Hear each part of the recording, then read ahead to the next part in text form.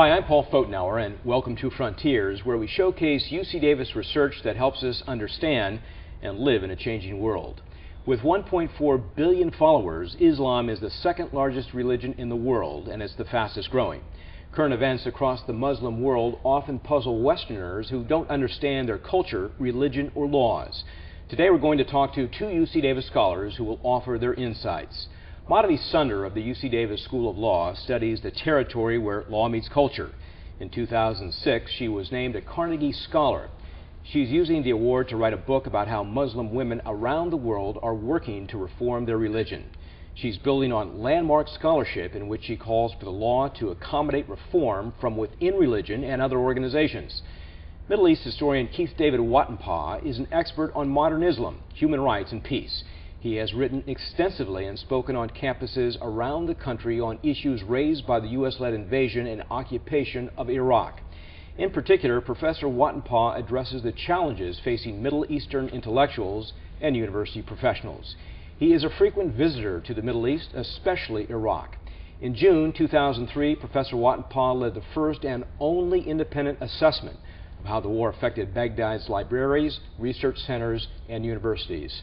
Welcome both of you to Frontiers. Thanks for having us. First question, Professor Watenpaugh, in your new book, Being Modern in the Middle East, you address the central issue of Arabs adapting to the modern world. What is that central issue? The central question is how to be both modern and an Arab, how to achieve the objective category of modern without losing the subjective category of the identity of Arab. And what my book shows and what my research shows is this is not necessarily an easy process of bringing these two things together. Nevertheless, what I'm trying to show is that this is a discussion occurring within the Arab countries, within Muslim countries, about how to become modern without at the same time losing a connection with the past and what makes people have an attachment to place and self and so on. Well, let me ask you this, Professor Sunder. What are some of the issues in human rights that reformers are dealing with? Sure. Well, just to even follow up on what Keith is saying, in this whole issue to reconcile modernity, democracy, freedom, and equality, these universal principles that are often historically equated with the West, but now the idea is how do we reconcile them in Muslim communities? We're seeing one of the most important questions revolving around constitutional law. Both Iraq and Afghanistan now have new constitutions that both simultaneously proclaim the countries to be Islamic republics with Islamic law being supreme, yet at the same time they also embrace human rights law, democracy, freedom, and even equality between the sexes. So one of the most important areas of reform going forward will focus on how can we now reconcile these two principles that are given equal weight in these constitutions. So reform around constitutional law, reform around family law. There's been a wonderful progressive activity in Morocco, and many folks are going to be looking at the new Moroccan family law, which is premised on Islamic law, to see how we might be able to reform family law in Malaysia and elsewhere. And there's also much, not just looking at civil law, but at criminal law itself. Are these laws, these constitutional laws, being embraced in the Arab world? Well, sure. I mean, the Iraqi constitution was passed by popular referendum, so the majority of the people, and I think often when you look at polls around the Muslim world, and even at looking at Muslim communities living within the West, the vast majority of Muslims are interested in being modern, but also not abandoning their faith. So this issue of reconciliation that Keith is also mentioning is really the central issue, and it's got popular appeal. Tell me how this affects Islamic religion. Well, I have argued that it affects our very understanding of not just Islamic religion, but religion itself.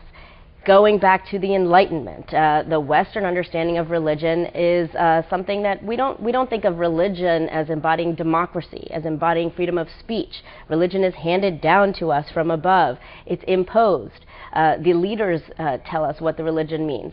But what we're seeing with respect to people's movements, and I argue in particular women's movements around the world, is that women are questioning this conception, this age-old conception of religion, and saying, no, religion is something that we can engage in democratically. We can question certain tenets. We can debate about interpretation. So the very concept of religion itself is really being debated now, and I argue being fundamentally changed. Give me some examples of what women are doing to try to bring these reforms. Well, in Morocco, I mentioned there is a new family law dated 2004. This family law, there was more than a decade-long struggle by women's groups in this country to challenge half-century-old family law that had been put into place in the 1950s in that country that was quite regressive with respect to women's rights. So this law was premised on archaic interpretations of Islamic law. So some examples there: women inherited half as much as men in the family. There was an express statement in the law that men would be the ruling authority within the household. It was very easy for men to obtain divorces very quickly and simply from their wife without having responsibility for taking care of them. So these laws were challenged in more than a decade-long struggle by women's groups. This was a grassroots movement, and in 2004 the law was reformed. It's quite progressive now, and it was reformed in the name of Islam. It's not a secular law in the sense that we might think of just a uniform civil code, but in fact says that Islamic law supports equality between the sexes in the family. Islamic law supports equal inheritance rights for women and men. So this was a really important movement, and in other countries such as Malaysia and Iraq, reformers are looking to see how we may be able to learn from the lessons in Morocco and their code. Could it be a model code? Now, you're an expert in Islamic religion. Is this good for that religion? It depends on who you'd ask, of course. But what's important to emphasize is this is an ongoing debate that's been going on for really the last 200 years within the Muslim world. The first constitution in an Islamic country was the Ottoman Constitution of 1876 that was restored in 1908. All Middle Eastern countries, most Islamic countries, have a constitution that in many ways are sort of drawn from sort of Western notions of constitutionalism, mixed with local traditions and local ideas about family and so on. My sense is that right now we're seeing a real tension developing within Islamic societies over those who grasp reform wholeheartedly and those who are very worried about reform, and that ultimately those who are arguing for reform are not just threatening the unique and dominant interpretations of Islam, but also the dominant cultures and the dominant political structures in these countries. So it's a political struggle, it's a cultural struggle, and it's a religious struggle. But ultimately, I see a great deal of energy emerging in the Muslim world in this direction. And I think there's a concern on the part of the Westerners that there should be this separation of church and the mosque, or church and state. Is that the way Muslims feel? Well, the standard interpretation of both even Christianity and Islam is that there shouldn't necessarily be a separation between these two, but it's only secular modernity which has established this disconnection between the religious and the secular within the modern world. My sense is that there are many in the Muslim world who would like to see secular republics emerge, that would want to see a separation of church and state, mosque and state, and so on. And many of these are drawn from the region's ethnic and religious minorities. But there are others who, just like in the United States, would want to see a much bigger role for religious life in public life. And I think that this is a tension that is being worked out. But just like we see in our own country, a conflict between these ideas, that same sort of conflict seems to be inherent to any democratic society. So I would imagine in the future these debates will continue. They're important to watch. But I, like Dr. Sunder, agree that it's very important for those of us who see a value in equality, in protecting the rights of minorities and so on, to support activist groups and intellectuals and so on in developing countries, not just Muslim countries and Arab countries, but around the world, who want to bring these ideas into fruition. And in many ways, as they reform their societies, other things happen at the same time. Increase in education for women, for example. Decrease in sectarian and communal violence. These are sorts of things which lead to progress, which lead to social empowerment, which lead to creating stable, secure states. Professor Sunder, are these reformers risking their lives? Absolutely, they're risking their lives. We read tragic cases every day. Women who were involved in drafting the Iraqi Constitution were shot and killed. That's right. And often they are really in danger because there's this notion that they're working with the West and against Islam, and this idea of being foreign, that modern ideas and democratic ideas or egalitarian ideas are foreign, often works against reform. And so they are simultaneously fighting on many different fronts. But these Islamic principles have been held by the members of that faith very strongly for years.